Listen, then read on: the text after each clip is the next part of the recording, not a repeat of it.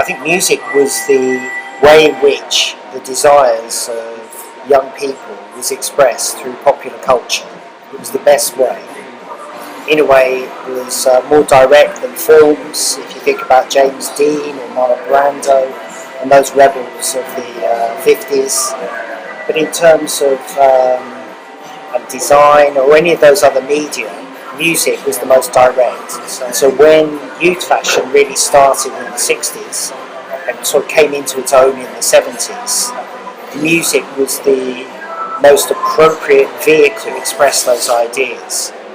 And it's really when music and fashion come together that you get a great combustion of all of the ideas about identity, rebellion and subversion, youth culture. All of these ideas which are around in popular culture are best expressed in that way.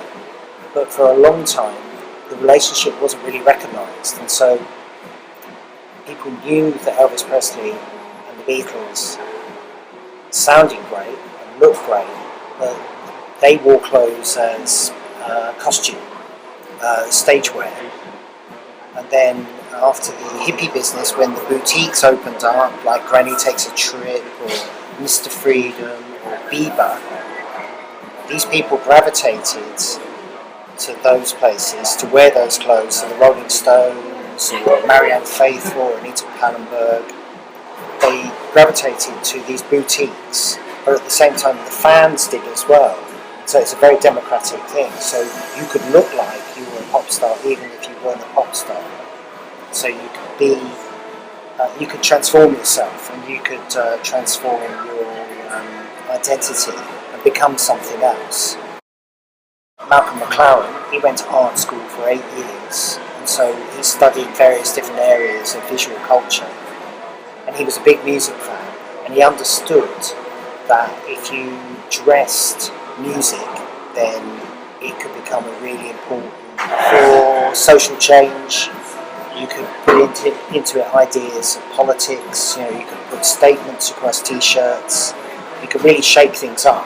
And so, with Vivienne Westwood, when they opened their shops together at 430 Kings Road, they called them Let It Rock. Was the first one, which was going back to this 50s idea of dressing up and listening to rock and roll, and listening to really raw music, which was very rebellious.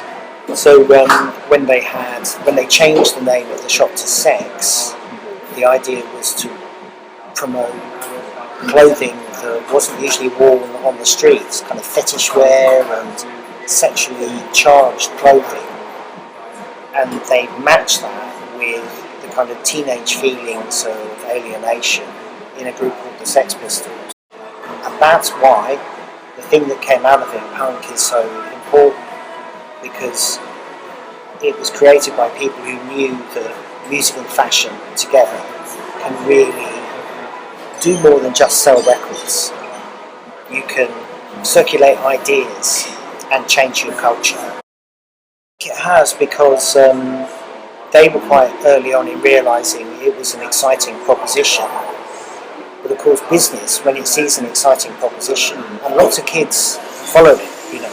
And so the music business and the fashion industry suddenly became aware, these are ways in which we can sell our music. We dress it up in great fashion, we can sell more records. It became formalised.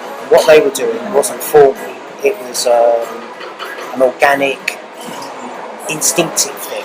They didn't do this to say, okay, now we can make a lot of money. They did it to shake things up. So these days, but because visual culture is so important, particularly in the digital age where, you know, we turn over millions of images a day if we're on Instagram or Tumblr, it is demanded that a great musician also has to look great. It's no longer organic, it's no longer instinctive, it's quite calculated. For example, there's a British rap label called High Focus, which has been going about 5 years. They make great videos, and it's kind of about skate culture, and the rappers look really good, and and they're wearing labels which are slightly unknown, or it's a bit DIY, and it's got that kind of amateurish, interesting thing. So I think maybe the interesting thing for music is in the sphere of art and design, maybe not so much fashion.